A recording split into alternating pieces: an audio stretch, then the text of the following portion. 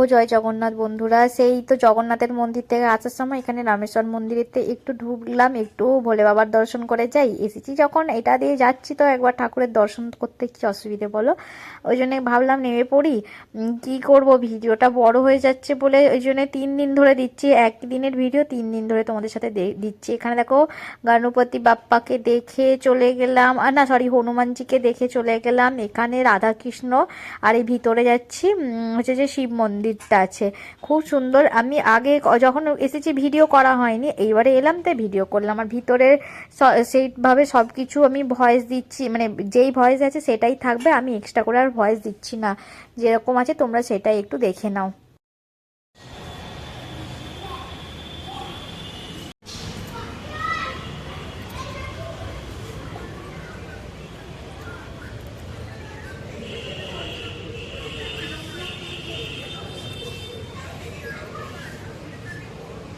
দেখো মা পার্বতী লেখাই আছে, মা পার্বতী ওখানে লেখা আছে, এখানেও একটু প্রণাম করে নিলাম।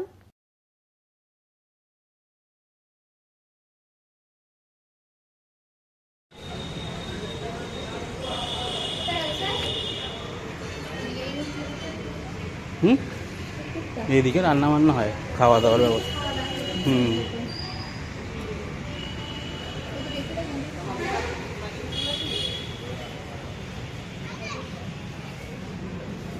এদিকে খাওয়া দাওয়ারই আছে, এদিকে খালি খাওয়া দাওয়া, মানে প্রসাদ কিনেও খাওয়া, যে লেখাই আছে প্রসাদ। প্রসাদ সেবন হয়, বিয়ে বাড়ি হয়, এখানে বিয়ে বাড়ি খাওয়া দাওয়া হয়, প্রসাদ সেবন হয়। এখানে প্রচুর বিয়ে হয়, রেমুনাতে এই মন্দিরটা অনেক বিয়ে বাড়ি হয়, অনেক বিয়ে বাড়ি হয়। বাবার পুকুর, বাবার পুকুর, আর ওখানে তো প্রসাদ দিয়ে দুপুরবেলার দিকে আসলে ওখানে প্রসাদ, অনেক সময় প্রসাদ নিয়ে যায়। এখানে নয়, অনেক সময় হচ্ছে খাবার বাড়িতে না রান্না, আজকে ইচ্ছে করলো রান্না করবো না, আজকে মন্দির থেকে প্রসাদ নিয়ে চলে এলাম। এখানে প্রসাদটা খুব ভালো হয়, শুনেছিলাম, আমি কখনো খাইনি, শুনেছি, নাম শুনেছি, খুব ভালো লাগে প্রসাদ হয়। চলো, কি বলবে বলো।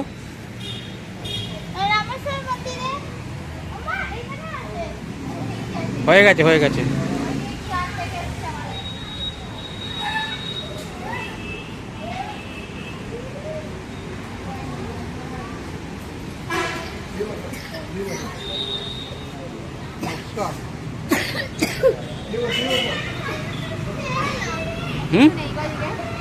কিছু নেই, চলা চলা। বন্ধুরা আগে মোর হাতের মার ছিল, এখন কি করে দিয়েছে, ভিডিও পুরিয়া করে দিয়েছে। তো দেখলেই তো, আগে হাইপার মার্ট ছিল, মোর হাইপার মার্টটা ছিল, সেটা বন্ধ হয়ে যায়, এইটা আবার হচ্ছে জুডিও। আর এইটা হচ্ছে যে ভাবলাম যে নতুন খুলেছে, একটু দেখি কিরকম কি ব্যাপার। দামটা আমার কাছে একটু বেশি লাগছিল, সেই জন্য এখান থেকে কিছুই কিনিনি। এখানে 400-500 নিচে কিছুই নেই। জামা কাপড়গুলো, এই মেয়েদের জামাগুলো সত্যি পছন্দ হচ্ছিল, কিন্তু দামগুলো সেই 800-900, মেয়েদের জামা নিতে গেলে 800-900। তারপরে এইসব জামাগুলো যেগুলো রয়েছে সেগুলো আমাকে মানাবে না, আমার মতো মেয়েদেরকে মানাবে না, যাদের সত্যি সুন্দর ফিগার আছে তাদের জন্য। আমার এই পেট ঢাক এরকম আমাদের মানাবে না। আর এইদিকে ছেলেদের জামা, বাচ্চাদের জামাগুলো, প্যান্টগুলো 500 টাকা, গেঞ্জিগুলো 500 টাকা, এটা কখনো কিভাবে সম্ভব হয় জানি না। আর আমাদের সামর্থ্যের মধ্যে নেই, সেই জন্য আমি এখান থেকে কিছু কিনলাম না। কি বলতো, যাদের যেরকম অকাদ আছে তাদের সেরকম জায়গা থেকে কেনাই ভালো। আমার ওই ভিটু থেকেই, ওখান পর্যন্তই আমার অকাদ আছে, ওইখান থেকেই কিনি। আর এখানে আমার মানে সামর্থ্যের বাইরে, তাই তোমরা আমার বন্ধু বলে তাই তোমাদেরকে আমি বলে ফেললাম। দেখো সব 500, 600, 700, তারপরে ছেলেদের জামা 500-600 টাকা হলেও একটু যে পছন্দ হবে সেইভাবে পছন্দ হচ্ছে না, যেগুলো পছন্দ হচ্ছে 800-900 টাকা গেঞ্জিগুলো। সেই কারণে আর এখান থেকে কিছুই নিলাম না। এইলাম, নতুন মলটা খুলেছে, একটু ঘুরে ঘুরে দেখে চলে গেলাম। আমাদের মতো কিছু অনেক মানুষই আছে, আসছে ঘুরছে দেখে চলে যাচ্ছে, পছন্দ হচ্ছে না।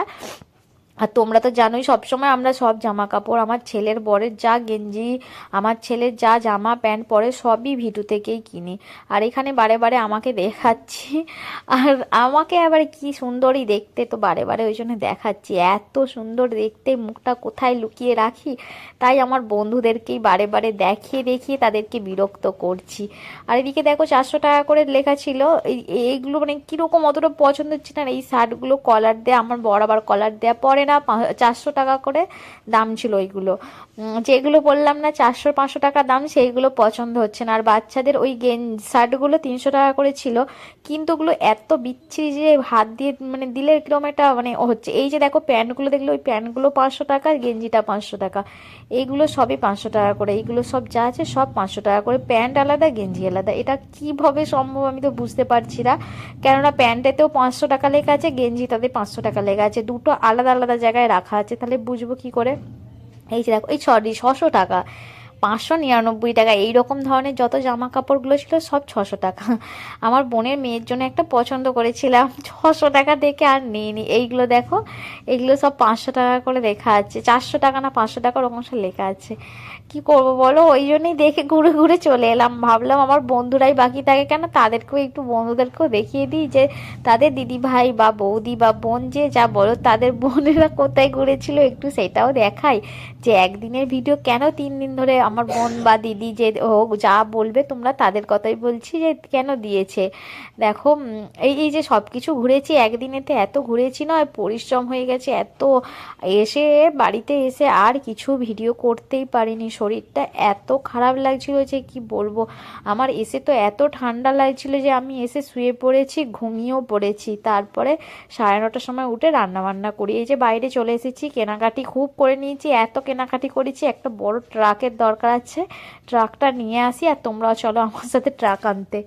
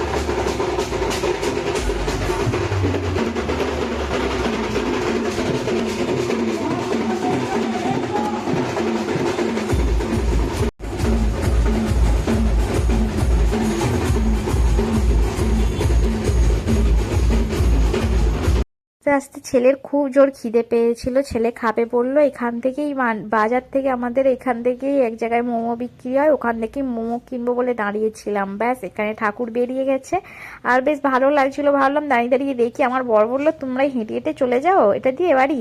আমি বললাম না ঠিক আছে, আমি দাঁড়িয়ে দেখছি, তুমি ও ওইদিকে যাবে, ওকে দুটো জিনিস কেনার আছে সেইটাই কিনতে যাবে। আমি বললাম ঠিক আছে, আমাদেরকে নামিয়ে দাও, আমরা চলে যাব। আর বেশ ভালোই লাগছিল দেখতে। আমার বিশেষ করে আমার ছেলে খুব খুশি হয়, ওই জন্যে আমার বেশি যাওয়া। এই যে দুর্গা ঠাকুর, গণেশ ঠাকুর ভাসানে গেলে আমি কেন যাই? আমার ছেলের জন্য যাই। ছেলে খুব খুশি হয়েছে, দেখো ও তো নাচতে লেগে যায়। ও যে ডিজে চললেই ব্যাস, ঘরেতেই দাঁড়িয়ে থাকুক বা যেখানেই দাঁড়িয়ে থাকুক, ও নাচতে শুরু করে দেবে। ও কি খুশি যে হয় তার বলার নেই। আর যদি দুর্গা ঠাকুর বা গণেশ ঠাকুর ভাসানে যাই, আমার বরের বন্ধুরা যদি দেখতে পায় ও নাচছে, ওকে নিয়ে সবাই একদম নাচতে লেগে যাবে। আর কত খুশি দেখো, আমার ছেলে খুব খুশি হয়েছে। ওই জন্যই আমি আমার বরকে বললাম ঠিক আছে তুমি নাহলে চলে যাও, আমি চলে যাব, ঠাকুরটা যাক একটুখানি, ও একটু আনন্দ করে নিক, তারপরে যাব। আর এই দিক থেকে আর ভয়েস দিলাম না, দেখতেই তো পাচ্ছ গান চলছে, সেই জন্য দিলাম না। আগেটা একটুখানি কি হচ্ছিল সেটাই দিলাম। আর এই যে গ্যাসটা আসছিল এত বাজে গন্ধ করছিল, আমার ছেলেকে বলছে নাকে চাপা দে, কিছুতেই নাকে চাপা দেবে না। এত মানে গন্ধটা মানে খুব নাকের মধ্যে জ্বালা জ্বালা করছিল। দেখো ছেলে কত নাচানাচি করছে একবারে। ও ঘরে এসে ও পুরো একদম থকে গেছে, পুরো শরীরে ওরও কষ্ট হয়ে গেছে। কি করবে সারাদিন, আর খুব খিদে পেয়েছিল তিনজনেরই। ওখান থেকে একটু মোমো কিনে খেয়েছি, ঘরে এসে শুয়ে পড়েছি, উঠে শুধু রান্না বান্না করেছি ওই রুটি তরকারি। আর বাচ্চা জানোই তো, দুপুরবেলা 12টা 12:30 আমাদের খাওয়া অভ্যাস নিয়ে আমরা খাই 3টে 3:30।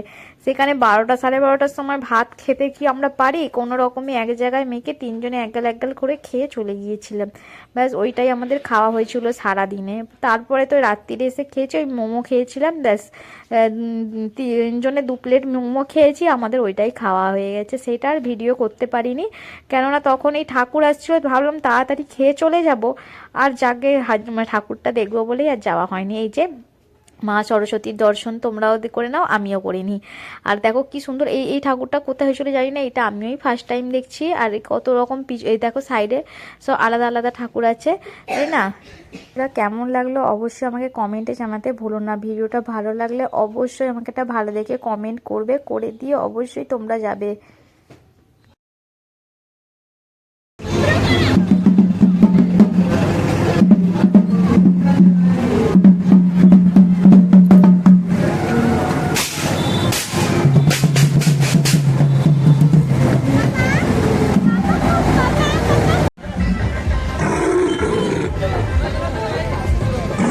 দেখো এখন যাচ্ছি বাড়ি, বাজে 7:10, বাড়ি যাচ্ছি। বর নামিয়ে দিয়েছে, ওদিকে ঠাকুর বেরিয়েছে, এমন ভিড় হয়েছে, নামিয়ে দিয়েছে।